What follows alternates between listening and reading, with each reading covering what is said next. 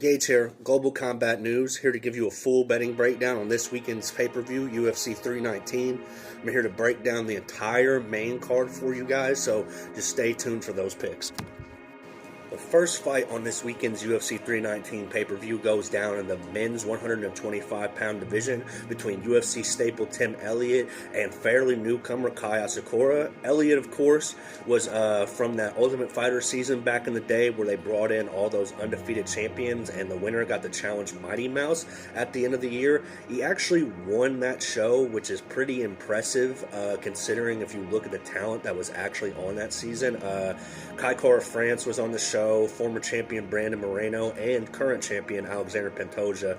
Like I said, Elliott won the show, and he actually gave Mighty Mouse probably one of his tougher fights during his legendary title run. That said, since then, it's been a bit of a mixed bag in the UFC for Elliott. He's traded wins and losses a lot. Sometimes he'll string together a few wins. He's currently on a one-fight winning streak, and he'll be looking to play spoiler this weekend to fairly newcomer Kai Asakura. Asakura, of course, made his UFC debut in a title fight against Alexander Pantoja.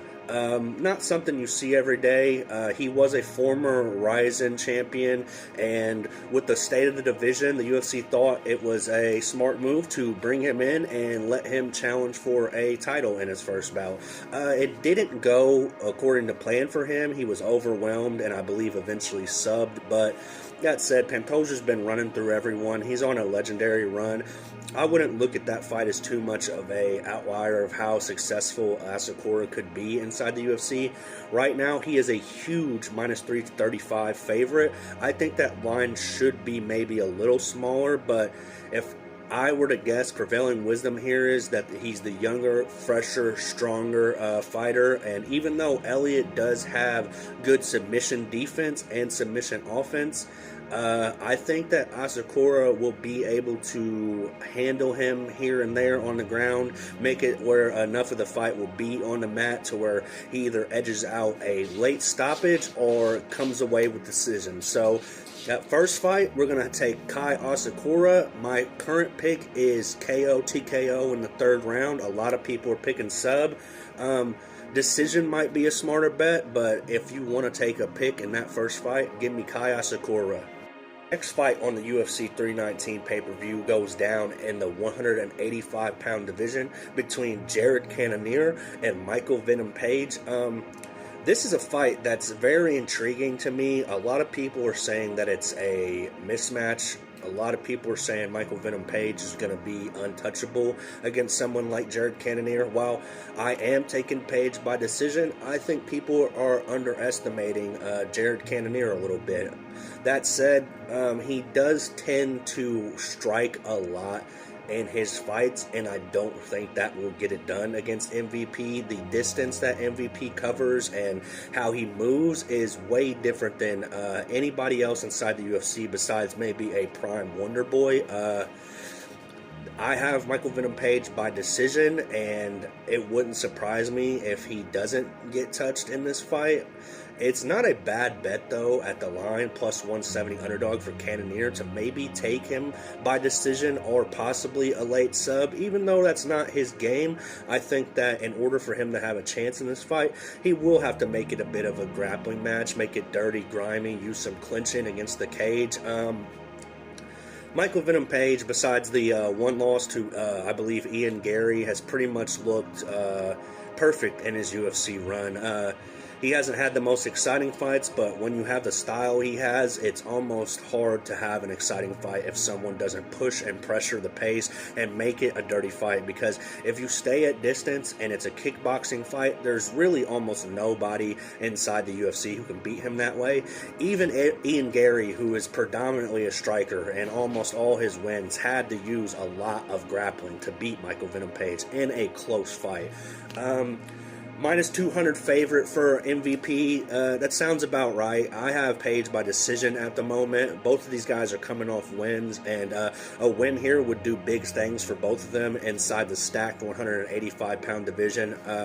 If I had to guess, we take Michael Venom Page by decision, but there's no bad decision here if you want to lay a little money on Jared Cannonier. I could definitely see him making a more interesting fight than people are acting like it's going to be, but my prevailing wisdom says that Michael Venom Page is a little too much on the feet, keeps it at a distance, and he wins a decision running away. So second pick on the UFC 319 pay-per-view, give me Michael Venom Page. The feature bout on this weekend's UFC 319 pay-per-view is a very exciting matchup in the welterweight division. You got two exciting strikers with legit KO power for the weight class, probably two of the hardest punchers inside the 170-pound division. We have Jeff Neal versus Carlos Prates.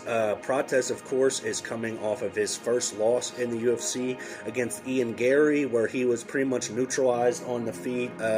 Gary didn't let him really start getting it together until very late in the fight. Even that said, Prates landed a few shots late that made it very interesting. This guy has KO power as long as the fight will go, and he proved that in his last fight. He's coming off of his first UFC loss. He will definitely be looking to make a statement, and he will get Jeff Hands of Steel Neal in this fight. Jeff, of course, is a guy who's probably 10 plus fights into his UFC run. He has very impressive KOs. He's been beat a couple times and stopped a couple times, but this style of fight that they're going to give each other, either guy could win. My prevailing wisdom says that Prates is just a little sharper, has a little bit more power. Neal's straight boxing might be just a little better, but I think with the size of Prates, the way he fights, he's a little bit younger, coming off of his first UFC loss. I think he'll be going in there to make a statement. These guys are going to throw down, trade in the pocket. It wouldn't surprise me if either one of them won by KO. So that said, Neal at a plus 200 underdog would definitely not be a bad bet at all, because this guy could knock out anyone in the division, even Carlos Prates. That said, my pick is Prates by second round KO TKO. He's a minus 245 favorite. I think the line should be a little closer, because I believe that these guys are going to give each other fights that either of them could win with the styles that they have. Both great boxers, both great power for the division. But my prevailing wisdom, give me Carlos Prates KO inside 2 rounds. In this weekend's 319 pay-per-view co-main event, we have a very intriguing matchup in the 145-pound division, as we have division top 10 staple Lerone Murphy versus UFC newcomer Aaron Pico. Murphy, of course, is 16-0-1 after a draw in his UFC debut. I believe he's won 8 or 9 straight since then, and he's looked very good. Not the most exciting friendly style. A lot of his fights go to decision, which is something that not every fan likes to see. That said, you can't argue with the results. 16-0-1, I believe 8-0-1 inside the UFC, and he's close to being ranked inside the top 5. So it's a guy who, with a couple more wins, will likely be fighting for a title. That said, he welcomes division newcomer, former Bellator fighter Aaron Pico.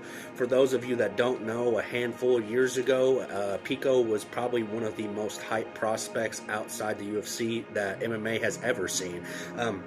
He debuted for Bellator at 0-0, so he made his pro debut with the promotion, and that was coming from a very legit background where he was a amateur Gold Glove boxing champion, as well as a very decorated amateur wrestler. So he was one of those first guys of the new wave that was training to be an MMA fighter. He wasn't just training to be a boxer or training to be a wrestler or coming from one background and then jumping in MMA. He was a guy who trained and striking and grappling from a very young age, and he made his pro debut with a major promotion. That said, he lost his pro debut in one of the bigger upsets you will probably see in Bellator history. That said, he's 13-4 as a pro now. He's had his ups, he's had his downs. He's currently riding a 3-fight winning streak, and that last loss was actually a shoulder injury in a fight that he was winning. Without that loss, he hadn't lost since his, I believe, 5th fight. So if you take out an injury loss, he'd be riding something like a 10-fight winning streak, close to 10. He's a very legit prospect. Even if a lot of people don't know about him, I don't even think that he's hit his prime yet. And like I said, he comes from a background where he's good at everything pretty much. He's a very well-rounded fighter. He has great power, good boxing, and very solid wrestling. It's actually crazy that he's closing as a slight favorite over Lerone Murphy, which, if I were to guess, by the time the fight rolls around, he might be closer to a little bit of an underdog.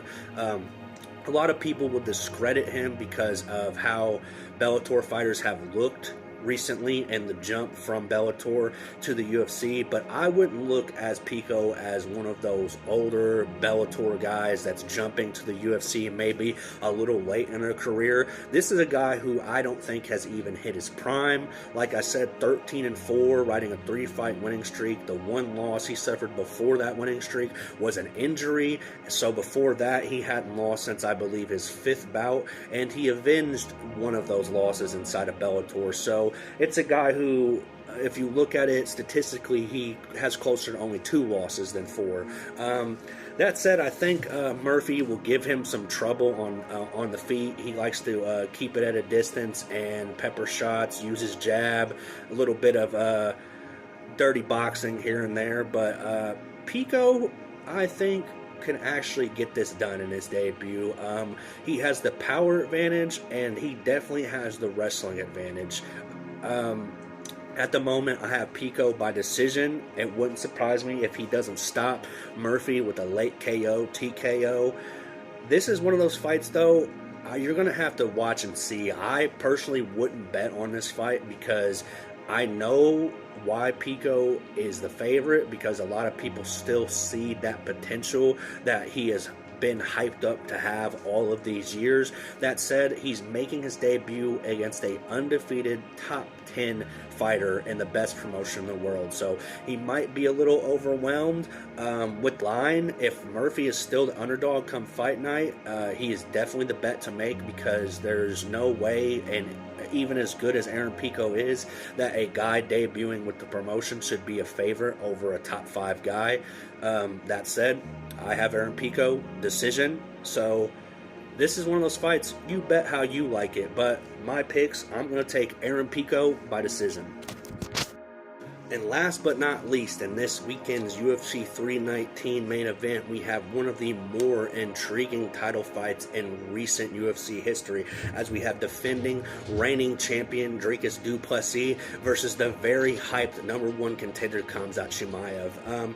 If you watch the UFC, you know that du Plessis is on a very epic run at middleweight right now. He has wins over Robert Whittaker, Israel Adesanya, Sean Strickland twice, so he's beat all the former UFC middleweight champions outside of Alex Pereira, who jumped to 205 and doesn't fight the weight class anymore.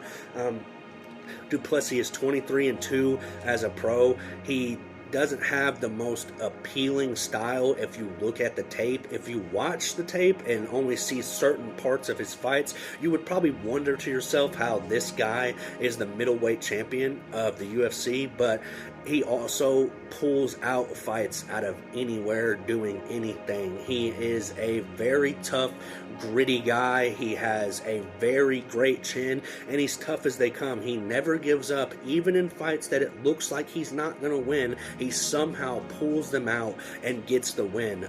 He's on a pretty epic run right now, a couple fights into his title reign as the 185-pound champion, and I will never count Dricus du Plessis out of any fight versus anyone. I have made that mistake multiple times, and I won't ever do it again. This is a guy that could beat anyone in the history of the middleweight division. He doesn't look the most appealing, especially early in his fights. You know, he'll fall over himself while he's throwing punches. His footwork isn't the greatest. He looks out of place a lot of times, and sometimes eats shots that he probably shouldn't eat, but like I said, that grit, determination, that chin, he finds himself in fights, and he finds himself winning fights. He hasn't lost inside the UFC. He's the current reigning 185-pound division.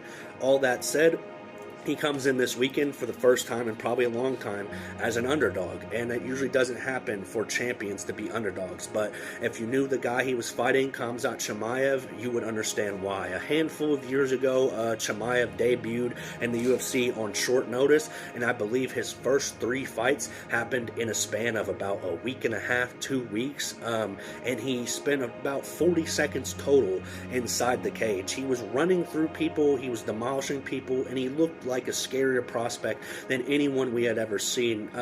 He came back to earth a little bit in some of his performance, like against Gilbert Burns and against Kamaru Usman, but he had also been fighting some lingering injuries and issues from COVID-19, which he had a very bad battle with.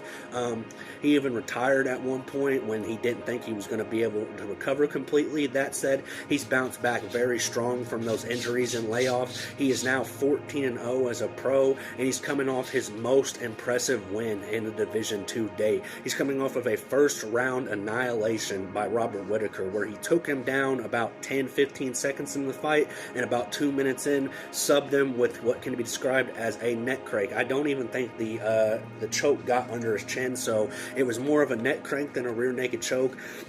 Chimaev has some of the best grappling you will ever see in the middleweight division. His top pressure is ungodly.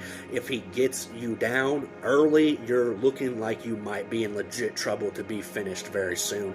That said, if he does have one flaw, it's that he has gassed late in multiple fights. Against Gilbert Burns down at 170, he gassed and even got dropped late in that fight. He pulled out the win. And against Kamaru Usman, I believe 2 fights ago at middleweight, he looked like he was slowing down in the third, and Usman started to put the pressure on him. A lot of people think that if that was a 5-round fight, Usman would have came back and won the fight. I think this fight goes either one of 2 ways. Either Khamzat Chimaev comes in, he gets a very early takedown, and inside of 2 rounds, he submits Dricus du Plessis to be new 185-pound champion.